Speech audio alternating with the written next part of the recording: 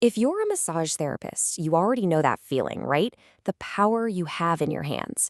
But let's be real, there's also this growing pressure, a kind of tug of war between the ancient art of what we do and the modern science that wants to explain it all. So today, we're going to dig into that. So here it is, the big question. And maybe you're worried you have to, I don't know, trade in your intuition for a stack of textbooks. Well, the good news is you absolutely don't. But, and this is a big but, if we want to be the best, most credible professionals we can be, we've got to find a way to bring these two worlds together.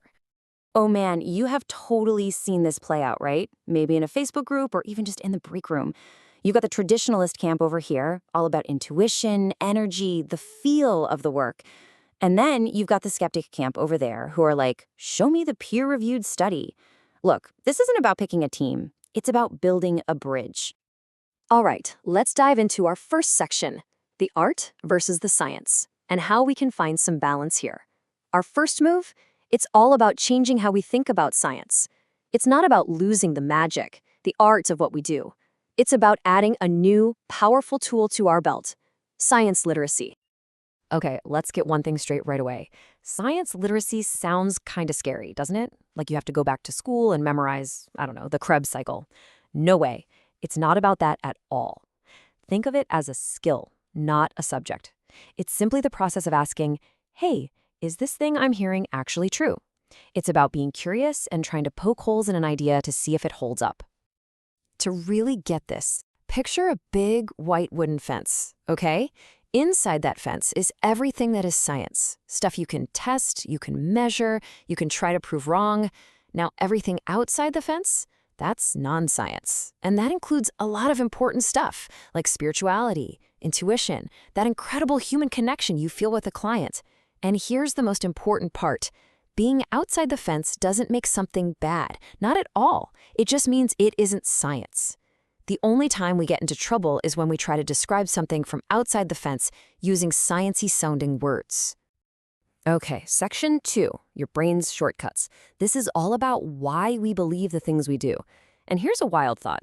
If we want to be good critical thinkers, we first have to admit that our own brains can trick us. Seriously, your brain is wired for survival, not for getting things 100% scientifically accurate. So it takes these little mental shortcuts, and, sometimes those shortcuts lead us down the wrong path. And this right here, this is the big one. Confirmation bias. It's probably the most powerful shortcut our brain uses, especially in our line of work. It's basically our brain's tendency to look for and remember information that proves what we already believe.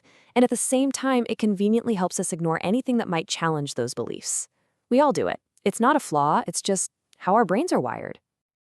Here's a perfect example from the clinic. Let's say you've heard that massage can induce labor. Then one day, you have a client who's near her due date. You give her a massage, and boom, she goes into labor that night. Your brain flags that event in bright neon lights. See, it works. What your brain doesn't do is remember the other 100 pregnant clients you've worked on who didn't go into labor right after. That one hit confirms your belief, and the misses just fade away. That right there is confirmation bias in a nutshell. So if our brains are basically designed to fool us, what do? Are we doomed? No. We just need a toolkit. And I want to be super clear. This is not about becoming a negative person who just pokes holes in everything. Not at all. This is about empowerment. It's about grabbing a set of tools that help you see things more clearly so you can make the absolute best choices for your clients. So first tool in the box, spotting logical fallacies. And oh boy, this is a big one. It has a fancy Latin name, but all it means is after this, therefore because of this.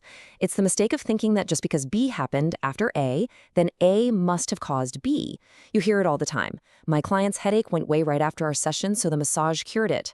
And hey, maybe it did, but maybe it didn't.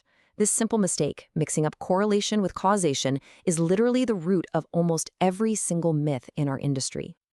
Another huge tool is this idea, the hierarchy of evidence. It's just a way of understanding that not all evidence is created equal. Think of it like a pyramid. Down at the very bottom, you've got anecdotes, stories from the treatment room. They're super important for getting ideas, but they aren't proof. As you climb the pyramid, the evidence gets way stronger. And right at the tippy top, you have the gold standard, the meta-analysis. That's when scientists take all the best studies on one topic and mash the data together to get the clearest possible picture of what the science is really saying. So what happens when we actually look at that top-tier evidence for massage? Well, it's awesome.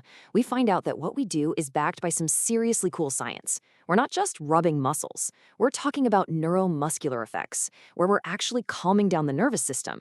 Or my favorite, pain modulation, which is just a fancy way of saying our touch can literally signal the brain to release its own built-in painkillers.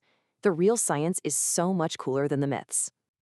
All right, section 4. Time for the fun part, busting massage myths. We've got our brand new toolkit, so let's take it for a spin. We're going to apply these tools to one of the biggest, baddest, most stubborn myths in the entire profession. You knew this one was coming, didn't you? The big one. Massage releases toxins from your muscles. Come on, be honest, we've all said it. I know I have. Make sure you drink plenty of water to flush out all those toxins. It just rolls off the tongue. It sounds so right. But let's ask the question, is it actually true? Okay, let's use our toolkit. First off, what even are these toxins? It's a super vague word, right? In reality, your body has these amazing built-in detoxifiers, your liver and your kidneys. They do the job 24/7. And what about the usual suspect, lactic acid? Well, science shows that your body clears out almost all of it on its own within about an hour after a workout. Long gone. So yeah, the evidence for this claim, it's just not there. But hold on, this doesn't mean you stop telling clients to drink water. Of course not. It just means we change why we tell them. We reframe it with honesty. Try something like this. It's simple, it's true, it's helpful, and guess what? It makes you sound way more professional. You're not taking away good advice, you're just upgrading the explanation.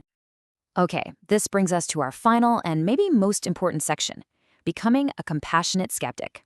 I love that term.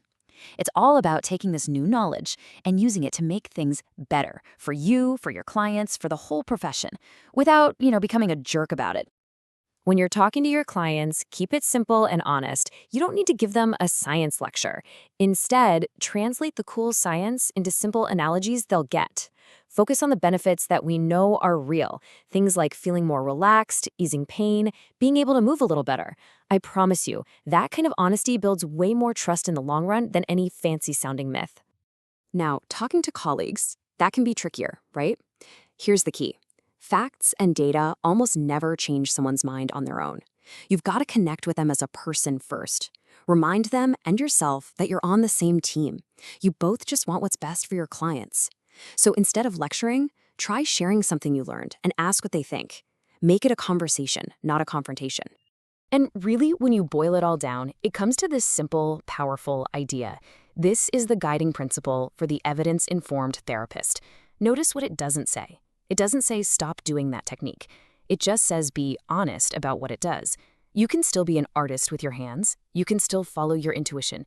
Just don't make a scientific claim if you don't have the science to back it up. It's that simple. So I want to leave you with this final thought. Thinking about science isn't some kind of limitation on our work. It's the exact opposite. It's an upgrade. It's like adding a high-resolution camera to your vision. It adds this incredible new dimension to the amazing skills you already have. So, what if becoming more science literate is the single most powerful thing you could do to make your art even better? Something to think about. Thanks so much for diving into this with me.